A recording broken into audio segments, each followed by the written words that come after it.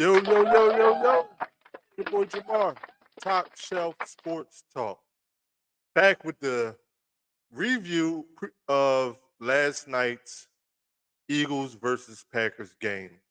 Um, I know just about all of us was glued to the TV, anticipating the new season, new coordinators, new, beginning of a new year and the quest for a Super Bowl run. Um, It was a good game. I predicted a close game. I did predictions early on in the summer, and I predicted that this would be a tight, close game. Um, Even for both teams, like the field conditions was horrible. Both teams had issues with field conditions, so I would never use that as an excuse. I had some friends of mine over last night, and I told them like, the field was terrible. It was terrible. Guys were slipping all over the place. I mean, the first run play for Saquon Barkley, he lost 5 yards because he slipped on the handoff. I mean, um, Saquon Barkley, great addition, 3 touchdowns, one receiving, 2 rushing. Um, don't have any issues with him in that acquisition. Don't have anything bad to say about him. Smitty balled out. Smitty had a good game, had 84 yards. Uh, AJ Brown had a 65-yard touchdown, 109 yards total. All around, Goddard had about 50, 60 yards. And Gainwell looked pretty good too. The only knock on that offense right now is Jalen Hurts. You gotta be better in situations. Now the fumble was not on him. Cam Jurgens, obviously snapped the ball before he was ready, and he wasn't prepared for it. And after looking at the replay a couple times, I said, because I was saying to myself, why he didn't die? He didn't die for the ball. He didn't try to make an attempt, but yeah, he really had no shot to get that ball. He probably would have ended up hurt, concussion or something, because the guy was already down there. You never know what kind of collision would have happened if he would have tried to actually go down there and get that ball. Um, but that interception to Smitty was horrible. I mean, you it's almost like you did not see that he was already double covered down the middle of the field with the safety. Like you got to make a better read in that situation, Jalen. Like this is what plagued you last year. This is what plagued you last year. The decision making. Some passes like that pass to Saquon was on point. He dropped it in the basket between two people. The pass to AJ Brown on point. Kept him in stride. Led him to that touchdown. Didn't break his stride. But that throw to Smitty, where it was two people on him, that had to be a better decision. Now he's had some immaculate throws to Smitty yesterday. That was like wow, and Smitty was catching that ball. But you in those instances when you gotta scan the field a little bit better. We can't afford you to throw interceptions like that, like you did last year. I think you finished with 2 last night. You know, so, a couple of I think the last one that the safety read your eyes and he just, knew what you were doing and he came and intercepted the ball. Even though I think that ball might have been even thrown short. But you got to be better in those situations, bro. You got to be better in those situations, man. And I know this is the first game. Like I said, weather the field conditions were terrible. You're playing in Brazil, so it's a lot going on. So I'm confident that we'll get it together, and he'll fix those things going forward to week 2 when we play Monday night against the Atlanta Falcons. Another tough game. So don't sit here and think that Atlanta's going to be some type of punching bag we can let our frustration out on. That's going to be a tough game. They got a good defense. They were a quarterback away from being a relevant team last year. They got Kirk Cousins. Even if Kirk Cousins don't work out, they got Michael Penix Jr. So they're there's something to watch out for. It's these first 4 games are tough. We got one of the toughest schedules in the league. We got to make sure games like the Packers, where we throwing interceptions, don't happen, or when we fumbling and snaps don't happen, where we're not communicating. Those we can't afford to do that. All that stuff need to be corrected in practice this week. And for God's sakes, man, You could tell every time this happens, you can tell when Nick Sirianni inserts his play calling. Y'all can correct me if I'm wrong, but you can every time 3rd and 1 tush push, 3rd and 1 tush push. These teams know what's going on now. It's time to you can line up for it to, and I saw them do this last year. You can line up for a tush push and then run and back out of it and run run a toss to Saquon or something like that and get a first down that way. Or run the ball with Saquon. Like the tush push, you gotta eliminate that as much as you can. Only use that tush push if you absolutely have to. 4-for-1 at the on a 10-yard line. You know, and you're losing, and you need that possession to keep the drive going. That's tush push. But you can't keep doing that tush push 3rd and 1, 4-for-1. And don't get it wrong, the 4-for-1 play worked out because we got them to jump off sides. But come on, that tush push, man, we gotta put that to rest. We gotta put it to rest, man. I'm tired of seeing it because we got good running backs. I'm tired of seeing it, man. We got to get a little bit more creative. So that's how you know. That's when Nick Sirianni puts his stamp on the game. When you see that tush push come out, you know that's Nick Sirianni calling that. 2 plays in a row, you know that was Nick. I don't even think they was going to run it on that 4th down, but he jumped offside, so it helped us out, it benefited us, so we got the first down anyway.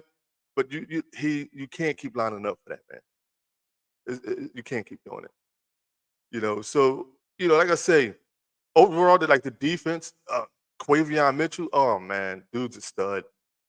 Isaiah Rodgers didn't play yesterday, so that could have affected his position, because I know them two were balling in training camp, so that could be tough for Isaiah Rodgers missing that game.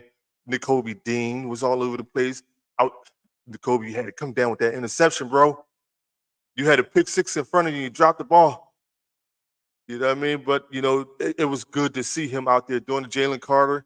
You gotta use your head a little bit. You can't let these teams get in your head because they're gonna make you do things that you don't want to do, and it's gonna put us in bad position. We had to stop, or did we have? Yeah, I think it was or 3rd and 3 or something like that.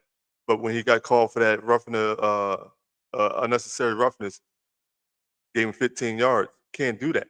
Those are things you can't do. And then we saw. I don't know if most of y'all saw, but we saw Nick Sirianni. We saw the D-line coach go over there and say something to him like, "Yo, you got to be better in those situations, man. You can't do that. You gave up 15 yards. We needed those. That's the difference of us getting off the field versus being on the field for another drive. So you got to use your head in that. People are going to do things. People are going to provoke you. You got to ignore. You got to realize you got a bigger picture out there, and we're trying to make that bigger picture work. So ignore those guys. Get up, walk away, get back with your team, go in the huddle.